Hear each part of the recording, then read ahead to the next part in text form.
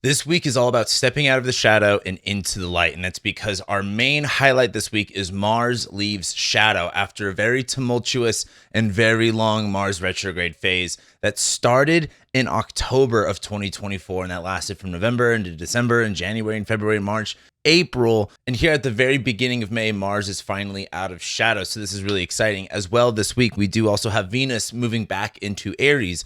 Venus will also conjoin Neptune again, but this time for her first time in Aries, which is also incredibly exciting. Venus is still in shadow for just a little bit longer, but she will be leaving shadow here soon. And then our last highlight for this week is Pluto stationing retrograde, which really isn't going to be that big of a deal, but let's go ahead and start talking about it. Welcome back to the astrology report, this time for April 28th through May 4th of 2025. My name is Cam White, and I tell you what is going on in the astrology and let you know exactly how to use it to your advantage, not be a victim about it, have fun, and enjoy yourself. Anyway, here on the, what is it, the 4th, the 3rd, May 3rd is the cart close day for the Astrology for Diviner certification. So if you're a witch, a tarot reader, a psychic, anything, and you want to step up your astrology skills and learn the things that you want to learn and nothing that you don't, and you want to have a certification that says you know what the fuck you're doing with astrology, this is the program for you. The cart is closing at the end of this week.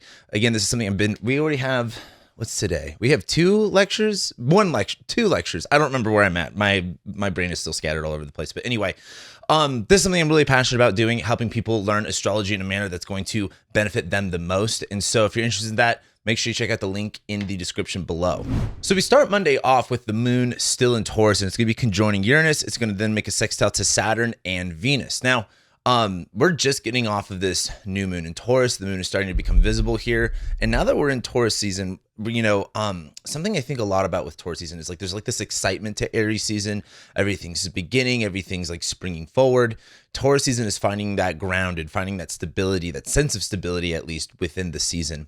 So after we just got off this new moon, it's kind of like, hey, what do you want to do more consistently? Where do you want to be more consistent in your life? But after we get off this new moon, the moon is going to conjoin Uranus first thing. It's like the only transit that, well, I shouldn't say the only, but that's like one of the main transits is this, the moon conjoining Uranus. So there's going to be some disruption. There's going to be some sort of, if you are expecting everything to just work smoothly, I would think again. It will be a little bit disruptive, but the way out of this, something to understand with astrology is that like, you don't have to just be a victim to a bad transit. Like you could just put it in a different direction, right? The moon conjoining Uranus is a really excellent time to be innovative, to try something new, to shake things up on your own rather than the universe just forcing that energy on you.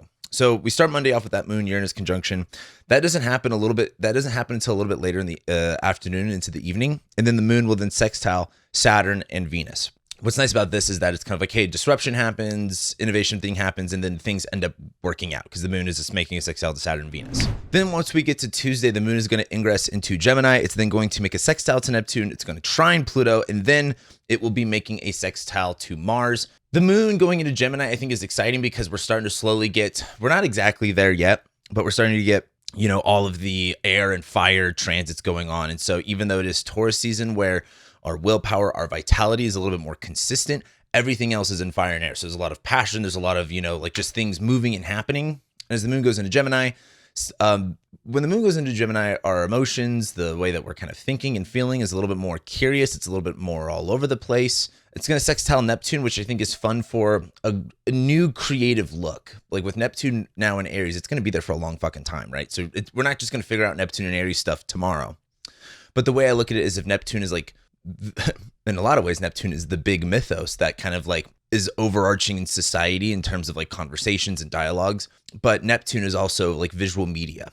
And if you are someone who is creative, if you are someone who is, or at least if you have a creative muscle in you that you like to exercise, even in solving problems within your relationships, within your work life, within your parenting life, whatever it is, this moon, like whenever the moon is like touching, Neptune, this is a really good opportunity to see things in a different way and try different things out. Especially as like Mars is in Leo now too, making that trine. It's zodiacally still making a trine to Neptune.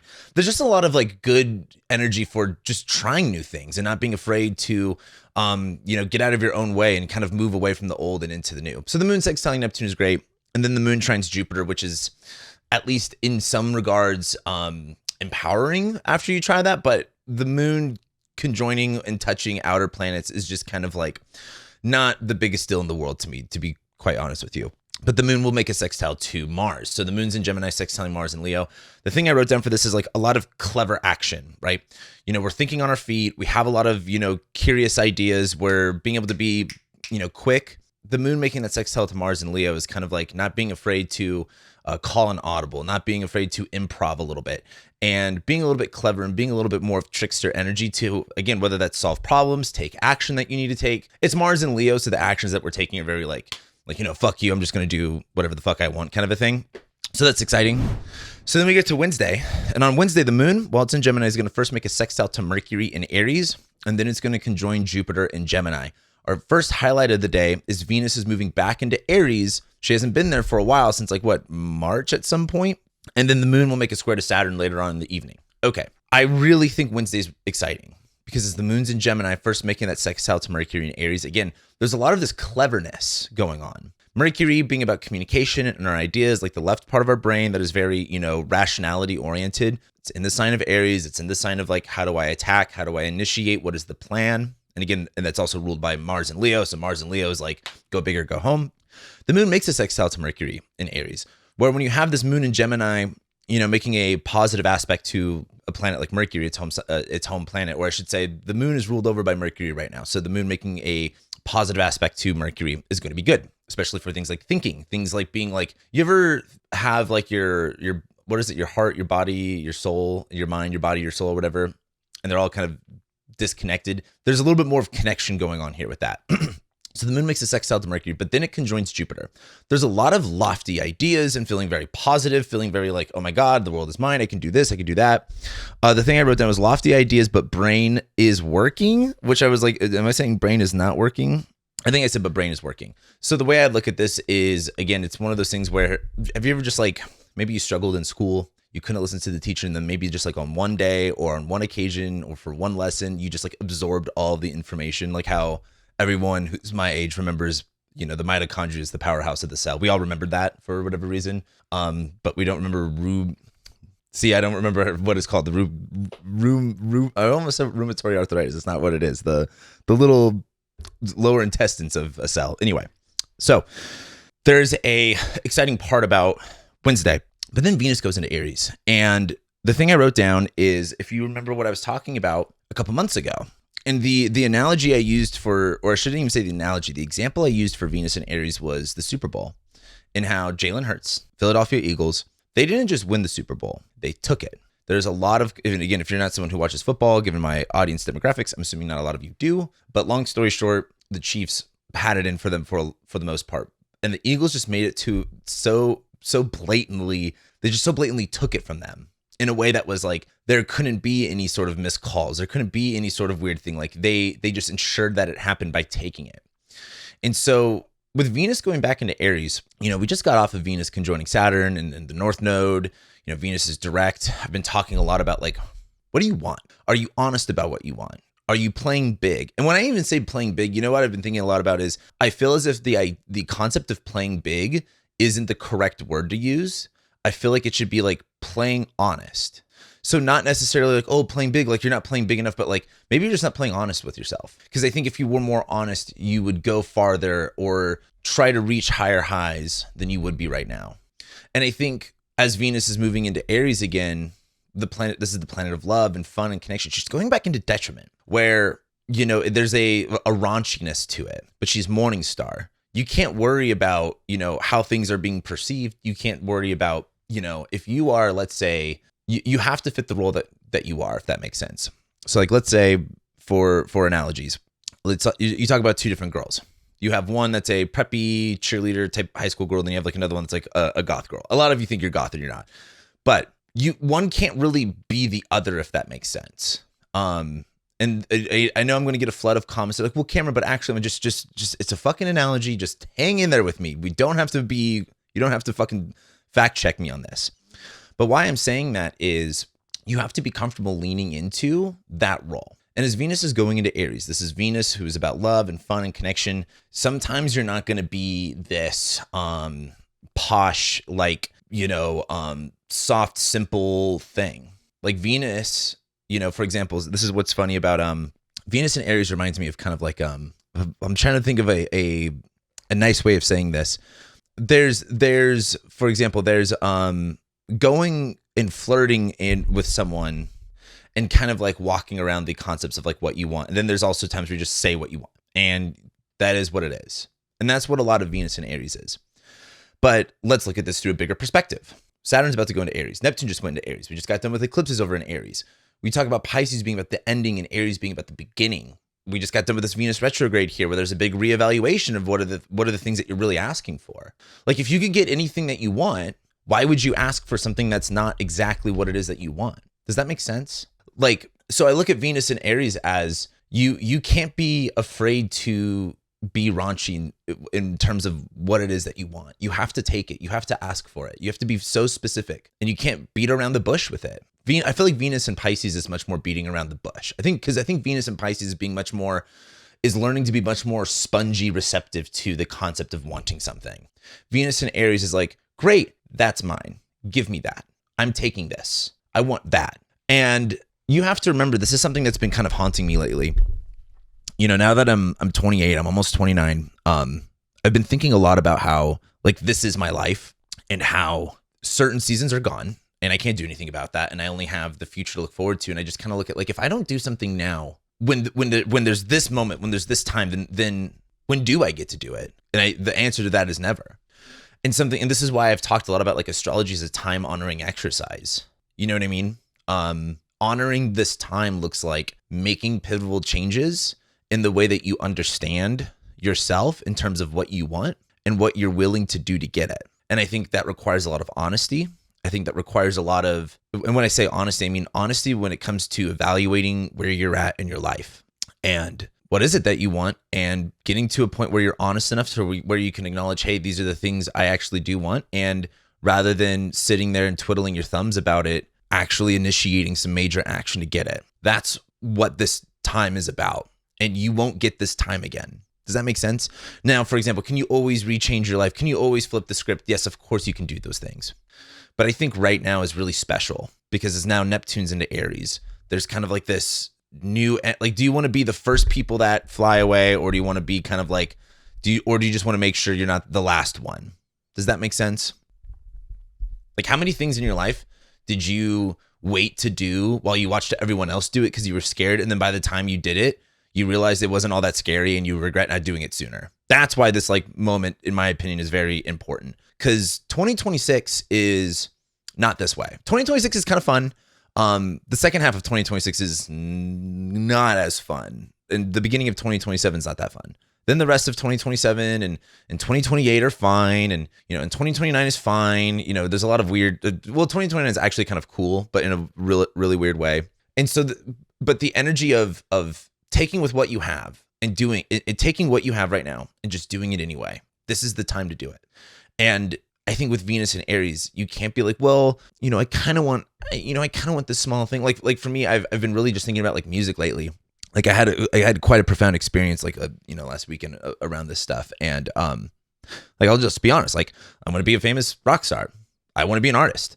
I want to be going on tours. I want to play festivals. I want to do these specific things. I want to have a Grammy. I want to do all this kind of stuff. And it's just been one of those things of sometimes I've needed to like actually be honest with what I want rather than just thinking it, but saying it out loud, coming into that feeling and being like, oh, well, guess what? You don't have those things. I don't have those things. I'm not doing that stuff. And then I can sit here and get upset about when I see other people do it, or I can, look at myself and be like, well, I haven't done those things in order to get there. So why don't I just start doing those things? But then that requires me to go a little bit deeper and go, okay, well, what's stopping me from doing it? Do I feel like I'm not enough? Do I feel like because for me, one of my biggest things is I just don't know things. So when it comes to certain things with music production and singing and getting booked and creating live rigs and all this other stuff, I just don't know. So then I get shut down and I stop doing it. And it's that moment right there where I shut down because I don't know is the thing for me that I have to stop doing. And so why I'm even bringing this up is with Venus and Aries is like, you kind of just have to like rather than like something, sometimes I'll force myself to Google something. Have you guys ever forced yourself to Google something? Like it sounds easy to Google something, but when you're just like, no, like I need to like, I'm overwhelmed with information. There's a lot of information, but I have no choice to sit down and fucking figure this out because I've got to figure this out. Like that's something that I'm really working on. And I feel like that's a part of the Venus and Aries thing for me is just like, this is a part of it. And I'm not going to ask for permission anymore. And so I want to come back to you guys on the Venus and Aries thing. Is like, what do you want, and are you willing to take it? Are you willing to snatch it from somebody? And I don't say rob someone. I don't think that's the whole point. But like, if the universe, are you waiting for the universe to take the thing that you want, lean over to you, open your hand for you, put it in your hand, and close your hand for you? No, you got to rip that shit. On Wednesday, I think there's a really excellent opportunity to just have at least one moment of acknowledging that feeling. I will say the last thing about Wednesday is the moon will be in Gemini. So there's a lot of excitement. Use that energy. But later on in the evening, the moon is going to make a square to Saturn. The thing I wrote down was don't drink coffee after 2 p.m. because there's going to be this kind of crash out. There's going to be kind of this like over caffeinated, but not being able to do anything with it sort of a thing. And so there is going to be this overwhelming, like, oh, I've got all this excitement and energy. What if I do this? What if I do that? And it's going to be squaring Saturn and Pisces, which Saturn is at like the last degrees of Pisces, guys. We're almost done. Saturn will go back into Pisces at the end of this year, but like, I think the moon in Gemini squaring Saturn and Pisces is going to be like, now that Saturn's like the last like 2 or 3 degrees, what's really stopping you? And I think there's a essence of having to, it's almost like one of those things of you're still in prison. You've been in prison for 10 years, but you get out in like 2 months. So there's sort of this level of like, oh, this part of my life is over. Oh, I was actually kind of comfortable with this. Oh, I've actually kind of like, what are the last final things I need to learn before I leave? That's how I look at Saturn at these last degrees. So then we get to Thursday, and on Thursday, the moon is going to ingress into Cancer.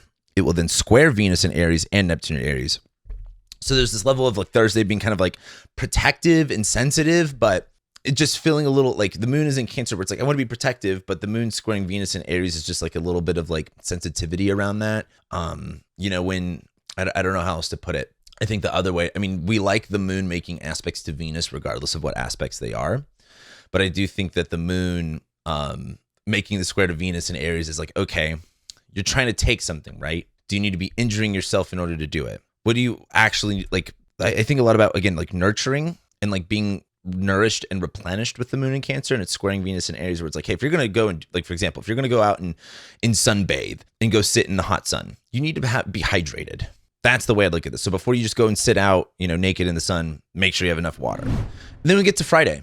Mars leaves shadow. First highlight of the day on Friday. The moon is going to make a square to Mercury in Aries. And then we have Venus conjoining Neptune.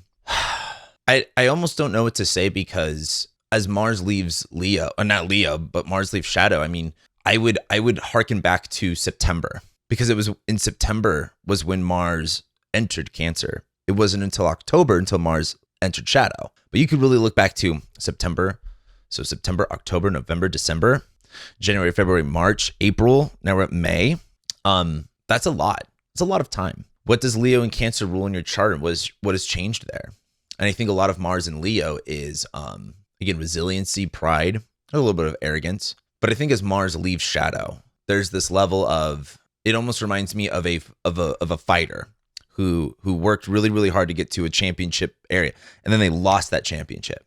So they had to go back and they had to do it all over again in order to finally win that championship. And I feel like that's where we're at right now, is like maybe you were working towards something and you lost and you had to retrace your steps and it was really hard and it was really shitty. I don't even look at this as like a win. I look at this as just a moving forward. So Mars, because again, what's funny to me about Mars leaving shadow is it's really nothing. It's not like Mars is conjoining a planet. It's just Mars no longer in that part of the sky. So we're moving on from that story, from that narrative, from that part of our lives. And I think there's a level of like feeling good about it. I think there's a level of like feeling, having some pride, having some dignity, but it's one of those things where it's like nothing happens, but it feels very impactful. Venus conjoins Neptune as well. This is why I was calling this actually step into the light and out of the shadow. And this is what I wrote down was stepping into the light and wearing, like resting on your laurels almost in a sense. And I don't want to actually use the word resting on your laurels, but just wearing them. Like, I think it's important to acknowledge where you're at now. And also that the battle was not over and that it's going to take more. It's going to take more from you. It's going to take more. It's just going to take more. And there's a lot to step forward with. As Venus conjoins Neptune, I think what's important about this is that there's a vision for desire. And are you, what is the word I wrote down here? Oh, are you being deceived in any way? So the problem with Neptune is, yes, there could be a part of it that is very good for creativity, seeing the bigger picture, or again, having just a creative impulse. But another part of it is deception. And as Venus conjoins Neptune, I want you to ask yourself, like, is this a mirage? where are you actually deceiving yourself? And why that's important is, are you deceiving yourself in terms of thinking like, oh, it's going to be easy, or that it'll just be so simple, or what work is going to be required of you, or anything? But Venus is conjoining Neptune, where there's the planet of fun and connection, and she's in detriment, where it's kind of like, again, risky. She's conjoining Neptune. Is this all glitter, all that glitters is not gold kind of a thing? But I think on another level, what I do appreciate about deception is deception allows you to understand that there is different perspectives on things. In that, although there can be a level of, well, this isn't the true way of seeing things, this isn't exactly how they're supposed to turn out, you can still distort images or distort your own mind. Again, because, for example, this is why I said, like, you have to, are you playing a big enough game? Are you honest about what you want? You can look at what are the things that you want in your life. Where do you want to go? How do you want to be? Who do you want to become? What do you want to fix? And you could play in this small area. Or maybe you have a distorted view on things and there's a level of deception. You should take that as, oh, I don't have to see things the way that I always see them, and I could see them differently. And where else can you tie that to? Whether for better or for worse. So I think Venus conjoining Neptune is a really great opportunity for, like, attracting the taking, attracting and manifesting the visual part of you doing something, and leaning into that and not being afraid of that. Does that make sense? But what I don't want it to be is deception of undermining yourself. And I think that's going to be up for you to debate for yourself on what that looks like. The moon is going to make a square to Mercury too. So the moon in Cancer squaring Mercury in Aries is going to be, we're all a little bit sensitive. Mercury's in Aries, we kind of want to say things a little bit more in a harsh tone, and it's just not going to drive all that well, but we'll be fine. But we get to Saturday, and on Saturday, the moon is going to make a trine to Saturn. The moon will then move into Leo. It's going to trine Neptune and Venus, and then the moon is going to go opposite Pluto and conjoin Mars. Saturday is great because now we're all in fire and air stuff, right? Mercury's in Aries, Neptune's in Aries, Venus is in Aries, Mars is in Leo, moon is in Leo. A lot of passion there. The moon will first make a trine to Saturn while the moon's in Cancer, though. And just like I said, this is kind of like, we're almost done with our prison sentence. We're about to go back into the real world now. We may not have a lot that we're going to go into, but at least we're out. What are these last sort of roundup things to take home with you? You know what I mean? What sort of lessons have you learned? Have you actually done the internal work in order to go out onto the other side? And I think as the moon's in Cancer making that trine, there is just, again, this level of connection to taking care of yourself and adding discipline to it. But the moon will go into Leo. The moon goes into Leo, it trines Neptune and Venus. And the thing I wrote down was, like, there's a lot of warrior spirit here. There's a lot of pride. And I think that's important. And I think a lot of people, I think the term pride has been distorted so much in recent years because it's now associated with, gay rights and things like that. And then that creates its own divisions and its own meanings. And what I mean by that, though, is like being able to have recognition over what feats that you have accomplished, and having confidence in the fact that you have done those things, and not lowering yourself to a certain point of for other people. Does that make sense? So there's a lot of warrior spirit and pride. I think as the moon goes into Leo and it trines Neptune and Venus, this is just kind of like, you did it, you took the thing, and now you get the recognition for it. But then the moon will go opposite Pluto and conjoin Mars, which is still, I think, emphasizing the feeling good part. But the moon conjoining Pluto is, you're going to have naysayers, you're going to have criticizers, and you really can't listen to them. The moon will then conjoin Mars, though. And what's interesting is that this is our first moon Mars conjunction post shadow. So that's just like, I don't know, interesting to me. The moon conjoining Mars is don't roar too loud, if that makes sense. Like, moon going opposite Pluto, people are going to say what they're going to say about you, and you can't lean into this aggressive form. Does that make sense? Like, you can't pay attention to hecklers. And I think as the moon conjoins Mars, it's going to be really easy to, like, focus on that. And you have to know when to kind of say, like, that's not a part of the show. And then we get to Sunday. Pluto stations retrograde, and then the moon, while it's in Leo, is going to trine Mercury and sextile Jupiter. Look, this is it's so funny to me because with so many of the astrologers, like, I know when I say Pluto retrograde isn't a big deal, they go, yeah, I agree. And then, I say it on YouTube, and, you guys are acting as if, like, Pluto retrograde is the only thing that matters. And I'm just here to tell you, it doesn't. It doesn't, in the sense that Pluto moves so slow, and it is such a long-term thing, and it is such a generational thing and a geopolitical thing. Now, if you've got planets at 3 degrees, 2 or 3 degrees of the fixed signs, then it's hitting you, okay? But for the most part, it's really not that big of a deal. I think the only thing I would say is Pluto moving forward versus backward is having like anxiety over new things versus like getting used to the uncomfortability. And I find that to be an easier thing. Like, to be honest, I'd rather have Pluto retrograde than direct. But then the moon will still be in Leo and it's going to trine Mercury and Jupiter. Great. The moon in Leo trining, Mercury, look, you're going to just be fucking saying shit on your chest and it's going to piss people off no matter what you say. So you might as well fucking say it. And then the moon sextiles Jupiter. There's a lot of like, there's a lot of like mental energy that is, again, extremely caffeinated, extremely excited. It's just all over the place. So I think Sunday's a really good opportunity for kind of recalibrating in a sense of like, okay, you're at a really high level right now. Take in this moment, plan from there. Because next week we have Mercury making a sextile to Jupiter, which is phenomenal. Venus is going to sextile Pluto, not a big deal. But then Mercury goes into Taurus, and we have this really small period of time where Mercury's like in this Earth sign, and then it'll go into Gemini later. But that's what I got for you guys this week. I love and appreciate you guys, and I'll be seeing you next week.